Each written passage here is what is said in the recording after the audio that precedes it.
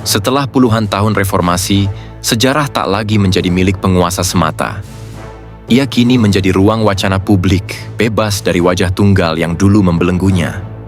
Masyarakat semakin berani mengungkap narasi mereka sendiri. Kisah-kisah yang dulu dibungkam atau terpinggirkan dalam sejarah resmi. Salah satu nama yang kembali mencuat adalah Sultan Hamid II. Di berbagai sudut Pontianak, ibu kota Kalimantan Barat, berkibar umbul-umbul bergambar sosoknya. Sultan Hamid II, tokoh yang pernah menjadi arsitek lambang negara, burung Garuda Pancasila, namun namanya seolah tenggelam setelah divonis terlibat dalam kudeta Westerling 1950. Kini, perdebatan itu mengemuka kembali.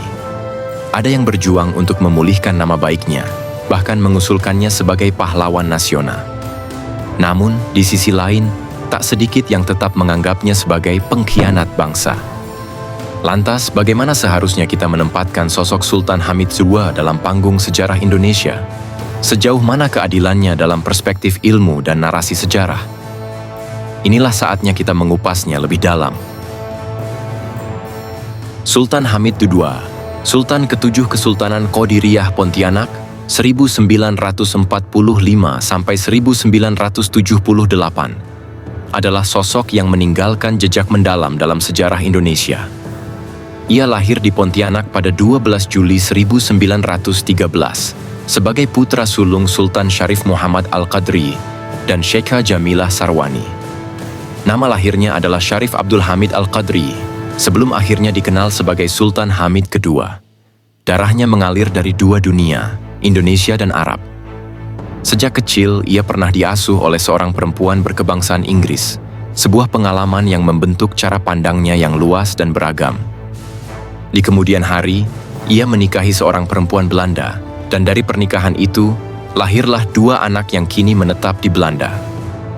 Perjalanan pendidikan Sultan Hamid II dimulai dari Europeiske Lagere School, ILS, di berbagai kota, Sukabumi, Pontianak, Yogyakarta, hingga Bandung. Ia kemudian melanjutkan ke Hogere Burger School, HBS, terlebih dahulu di Bandung selama 1 tahun, lalu berpindah ke HBS 5 di Malang. Awalnya ia sempat mengenyam pendidikan di Technische Hogeschool, THS, Bandung, yang kini dikenal sebagai Institut Teknologi Bandung, ITB. Namun, dunia teknik bukan panggilan jiwanya. Ia memilih jalan lain. Akademi Militer Belanda, Koninklijke Militair Academy, KMA, di Breda, Belanda. Lulus pada 1938, Sultan Hamid II bergabung dengan Koninklijke Nederlandse Indische Leger, KNEL, Tentara Hindia Belanda. Ia ditempatkan di berbagai wilayah, termasuk Malang, Bandung, Balikpapan, dan daerah lainnya. Karier militernya pun menanjak, hingga meraih pangkat letnan. Dari seorang pangeran Kesultanan Pontianak, ia berubah menjadi perwira militer Belanda. Sebuah perjalanan yang kelak membawanya ke pusaran sejarah besar Indonesia. Ketika Jepang menaklukkan Belanda dan sekutunya pada 10 Maret 1942, Sultan Hamid II ikut terseret dalam arus besar perang. Ia ditawan selama 3,5 tahun di Jakarta, masa yang penuh ketidakpastian. Namun, segalanya berubah ketika Jepang akhirnya menyerah kepada sekutu. Bebas dari tahanan, ia justru kembali ke dunia militer dengan pangkat yang lebih tinggi, kolonel. Di tengah gejolak pasca kemerdekaan, takdir membawanya kembali ke tanah kelahirannya. Pada 29 Oktober 1945, ia resmi diangkat sebagai Sultan ke-7 Kesultanan Qadiriyah Pontianak, menggantikan ayahandanya yang gugur akibat agresi Jepang. Di tengah perjuangan mempertahankan federalisme, Sultan Hamid II memainkan peran penting sebagai wakil daerah istimewa Kalimantan Barat. Ia selalu hadir dalam perundingan-perundingan besar yang menentukan masa depan Indonesia, seperti Malino, Denpasar, BFO, BFC, IJC, dan Konferensi Meja Bundar, KMB, baik di Indonesia maupun di Belanda. Karier militernya pun terus menanjak. Sultan Hamid II meraih pangkat Mayor Jenderal, sebuah pencapaian luar biasa bagi putra Indonesia di masa itu. Namun yang lebih mencengangkan, ia dipercaya sebagai adjutant in Buitengewone Dienst bij HN Koningin der Nederlanden, sebuah jabatan tertinggi sebagai asisten pribadi Ratu Belanda, Wilhelmina, pada tahun 1946.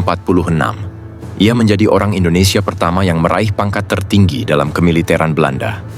Sebuah kehormatan, sekaligus kontroversi yang kelak akan mengiringi namanya dalam sejarah Indonesia. Pada 10 Januari 1950, Panitia Lencana Negara dibentuk untuk merancang lambang negara Indonesia. Panitia ini berada di bawah koordinasi Menteri Negara Sonderportofolio Sultan Hamid II dengan susunan anggota yang terdiri dari tokoh-tokoh penting. Muhammad Yamin sebagai ketua, serta Ki Hajar Dewantara, M.A. Pelaupesi, Muhammad Natsir, dan R.M. Ningga Puerbajaraka sebagai anggota. Tugas mereka? Menyeleksi dan mengusulkan rancangan lambang negara kepada pemerintah. Menurut keterangan Bung Hatta dalam bukunya Bung Hatta Menjawab, Menteri Priyono menyelenggarakan sayembara desain lambang negara. Dari kompetisi ini, muncul 2 rancangan terbaik. Satu karya Sultan Hamid II, dan satu lagi karya Muhammad Yamin. Namun, rancangan Yamin ditolak karena mengandung sinar matahari, unsur yang dianggap memiliki pengaruh Jepang. Akhirnya desain Sultan Hamid II yang diterima oleh pemerintah dan DPR. Dalam rekaman dialognya dengan Masagung pada 1974, Sultan Hamid II mengungkapkan bahwa saat merancang lambang negara, ia teringat pesan Presiden Soekarno, bahwa lambang negara harus mencerminkan pandangan hidup bangsa dan dasar negara Indonesia. Dari sanalah muncul ide perisai Pancasila dalam desainnya.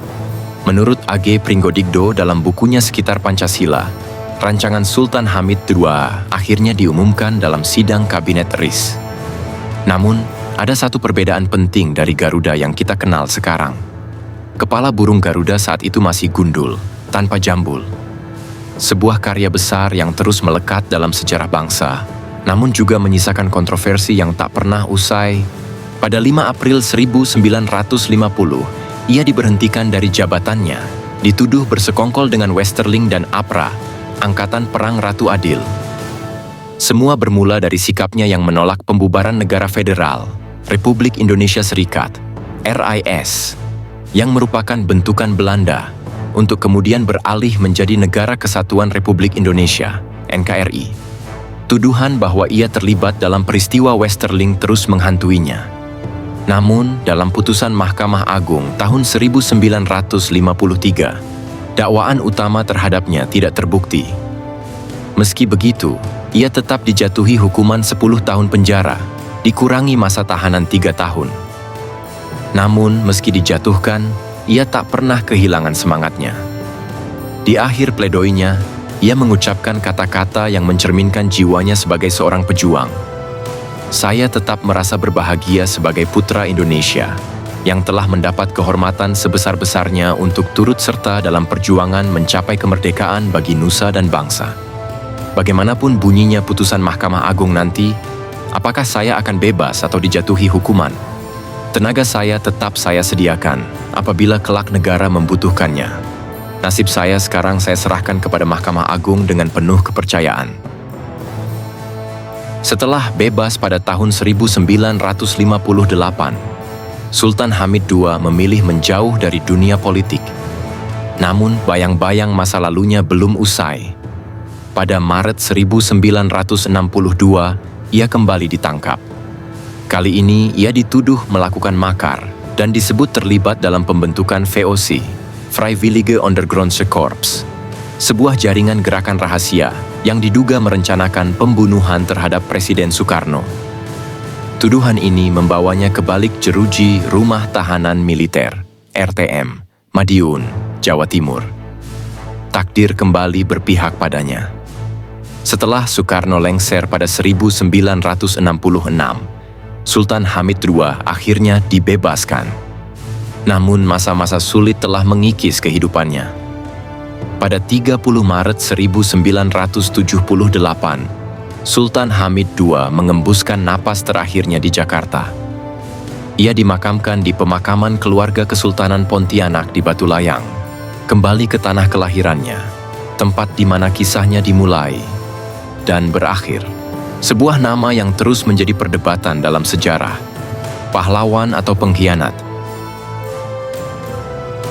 Di tengah perdebatan panjang tentang Sultan Hamid II, ada satu sosok yang menempuh jalan terjal untuk memulihkan namanya. Ansyari Dimyati, Ketua Yayasan Sultan Hamid II. Bersama pihak keluarga Kesultanan Pontianak, ia bahkan mengajukan Sultan Hamid II sebagai pahlawan nasional. Lewat penelitian dalam tesis magisternya di Universitas Indonesia, Ansyari menemukan bahwa Sultan Hamid II hanya memiliki niat, tetapi tidak pernah benar-benar melakukan penyerangan atau membunuh 3 Dewan Menteri RIS pada 1950. Ini akhirnya kami simpulkan ini merupakan suatu peradilan politik.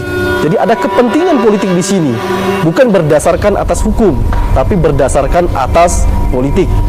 Temuannya juga menunjukkan bahwa perwira lulusan Akademi Militer Belanda itu bukan dalang di balik peristiwa APRA di Bandung. Nah, hal tersebutlah kami, masyarakat Kalimantan Barat, menentang apa yang menjadi putusan hakim di Mahkamah Agung pada tahun 1953 tersebut. Tak hanya itu, upaya mengangkat kembali jejak Sultan Hamid II juga dilakukan oleh Turiman Fajtur Rahman, intelektual asal Kalimantan Barat. Bapak nama siapa? Tentu Mulia Dilaga Turiman Fajtur Rahman Nur SH MHUM. Dari kampusnya? Dari kampus Universitas Tanjung Pura. Saya menyelesaikan tesis saya di Universitas Indonesia dengan judul tesis Sejarah Hukum Republik Indonesia. Dalam tesis masternya, Turiman menemukan bukti-bukti otentik bahwa Sultan Hamid II memiliki peran sentral dalam merancang lambang negara Garuda Pancasila. Sebuah fakta sejarah yang selama ini seolah dihilangkan dari narasi resmi. Namun, di balik upaya pemulihan nama Sultan Hamid II, muncul suara keras yang menolak. Mantan Kepala Badan Intelijen Negara, BIN, A.M. Hendro Priyono, dengan tegas menyatakan bahwa Sultan Hamid II tidak layak diberi gelar pahlawan nasional. Dia adalah pengkhianat, bukan pejuang, pengkhianat bangsa Indonesia. Alasannya, ia dianggap sebagai pengkhianat bangsa karena pernah mencoba melakukan kudeta terhadap pemerintahan yang sah. Tak hanya itu, Hendro Priyono juga membantah klaim bahwa Sultan Hamid II adalah perancang tunggal lambang negara burung Garuda Pancasila. Menurutnya, desain lambang negara adalah hasil kerja tim, dan Sultan Hamid II hanya bertindak sebagai koordinator, bukan pencipta utama. Ia menegaskan bahwa Dwi Tunggal Soekarno-Hatta lah yang menentukan desain akhirnya. Lebih dari itu, ia juga menyoroti sikap Sultan Hamid II yang dinilai anti-NKRI. Ketidaksukaannya terhadap perubahan bentuk negara dari federal, RIS, menjadi Negara Kesatuan Republik Indonesia, NKRI, semakin memperkuat pandangan bahwa ia berdiri di sisi yang berseberangan dengan republik ini. Dia pada tahun 49 ketika Indonesia berdasarkan KMB jadi negara Republik Indonesia Serikat. Tahun 50 kan rakyat menginginkan menjadi negara kesatuan. Dia tidak happy, tidak senang. Dia ingin tetap federalis. Dia ingin tetap menjadi sultan di Pontianak. Bukan hanya A.M. Hendro Priyono, suara penolakan juga datang dari sejarawan Anhar Gonggong, yang juga menjabat sebagai Wakil Ketua Dewan Gelar, Tanda Jasa, dan Tanda Kehormatan, TP2GP. Ia mempertanyakan satu hal penting, di mana patriotisme Sultan Hamid II? Anhar merujuk pada dokumen yang menunjukkan bahwa pada tahun 1946, Sultan Hamid II menandatangani dokumen sebagai Mayor Jenderal dan Ajudan Istimewa Ratu Belanda, Wilhelmina. Sultan Hamid II menandatangani sebagai Mayor Jenderal dan Ajudan Istimewa Ratu Wilhelmina, Ratu Belanda pada 1946. Kita sedang dikejar-kejar Belanda, mau dibunuh Belanda, Sultan Hamid menerima jabatan itu. Patriotisnya di mana? Lebih dari itu, Anhar juga menegaskan bahwa Sultan Hamid II pernah dijatuhi hukuman 10 tahun penjara atas keterlibatannya dalam rencana kudeta oleh kelompok ex-KNIL pimpinan Kapten Westerling pada tahun 1950. Dia pernah dihukum 10 tahun Ada persyaratan undang-undang, tidak mungkin dia diterima oleh karena pernah dihukum selama 10 tahun.